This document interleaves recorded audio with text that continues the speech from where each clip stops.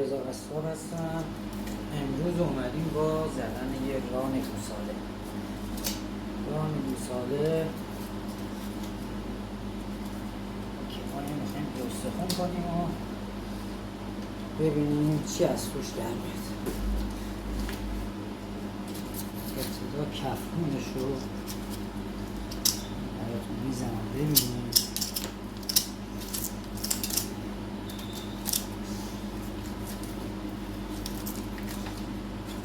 این گوشت کفرون قسمت بیرونیشه.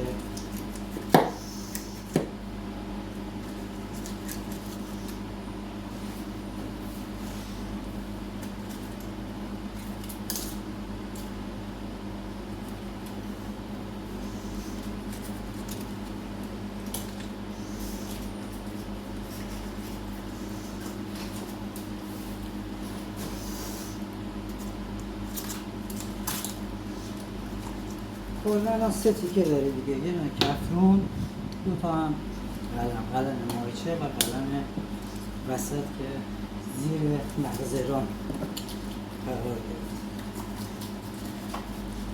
این هم همون کفران یا همون لگنشه که دارم در میاد.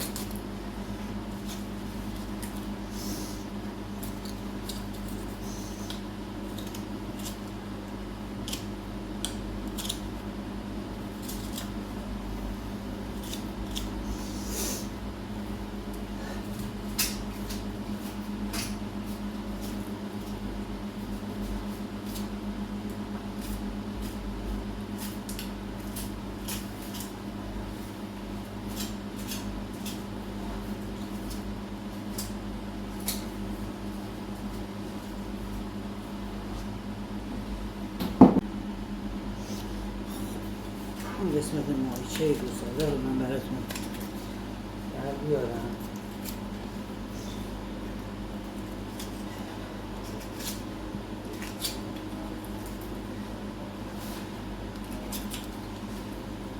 این قسمتی که دارم در میارم قسمت ماهیچه گوساله، ماهیچه رون هستش.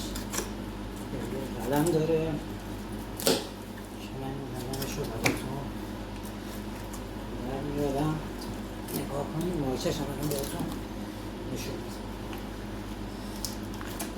یه ران تقریبا متوسط هستش، نه خیلی بزرگه نه خیلی کوچیک. این قلمیه که من در آوردم.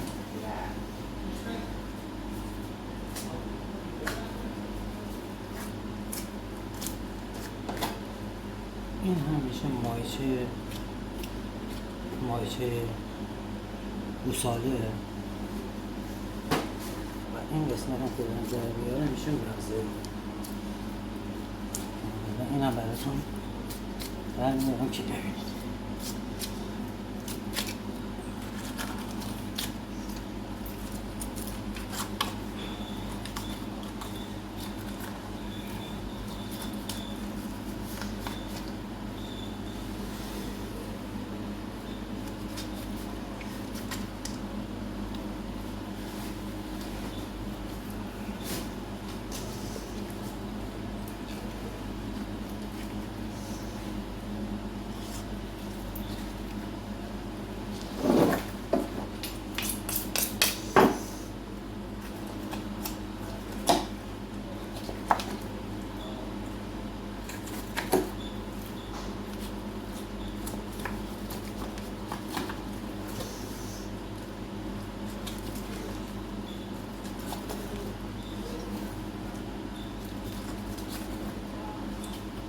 کلا قصابی یه کاری هم تخصصیه، هم نیاز به آمادگی جسمانی و بدنی خوبی داشته باشه. یعنی تخصصی و هم واقعا بدنی باید آماده باشه. کار سنگینه.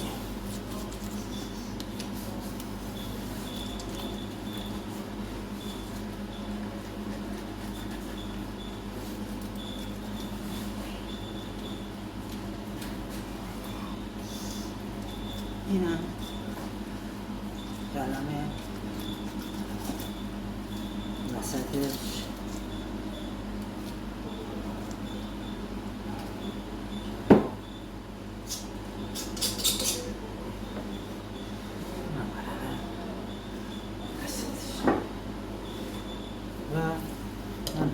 من براتون نزدیک نشون میدم. این هم این رانی که ما در آوردیمش، ران